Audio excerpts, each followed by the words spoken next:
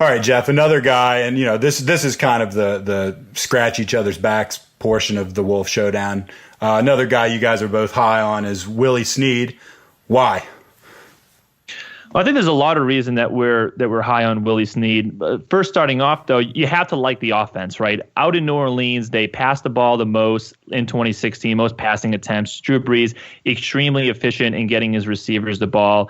And last year, in order to finish as a wide receiver one or two or whatever the case might be, you need team target share percentage. You need opportunities. So that might make obviously a lot of sense.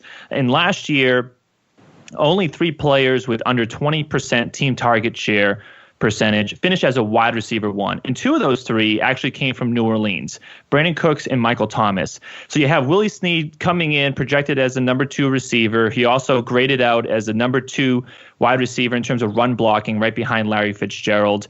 And you would have to assume that he's going to get a big increase in terms of targets, and which would lead to production.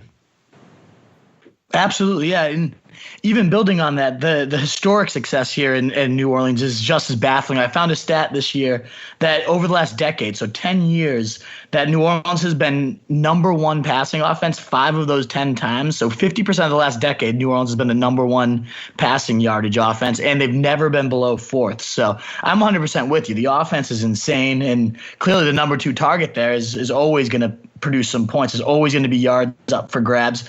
As a receiver, too, I always like Matt Harmon's reception perception. Yep. And I know Snead graded out very, very high, top 5 wideout against zone coverage, and the only other one other than Antonio Brown to also have top 5 success against man coverage as well, winning on all types of routes. So Snead's a guy I think just as a talent's underrated. Plus, when you put that into what you also mentioned, such an explosive offense, huge player. I'm a huge fan along with you. So definitely agree there.